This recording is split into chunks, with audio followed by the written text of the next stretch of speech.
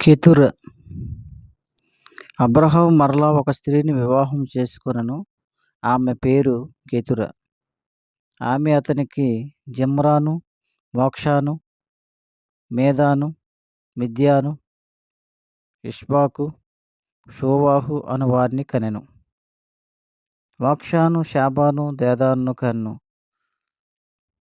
అషూరియులు, లెతూషీయులు, లియుమీయులు అనువారు ఆ దేదాను సంతతి వారు. ఎయిఫా, ఏఫేరు, హానోకు, అబీదా, ఎల్దయ అనువారు ఆ మిద్యాను సంతతి వారు. వీరందరూ కెతురా సంతతి వారు. కెతురా సంతతి వారిగా వీరందరూ కూడా లెక్కించబడ్డారు.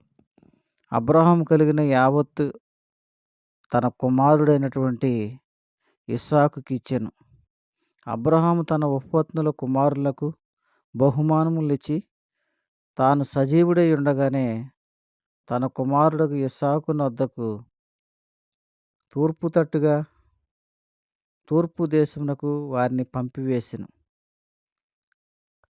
అబ్రహాము యొక్క ఉపపత్నులుగా ఉన్నటువంటి కెతురా కుమారులను మిగిలినటువంటి వారిని తూర్పు తట్టుగా వారిని పంపివేసి వారందరికీ కూడా బహుమతులు ఇచ్చాడు.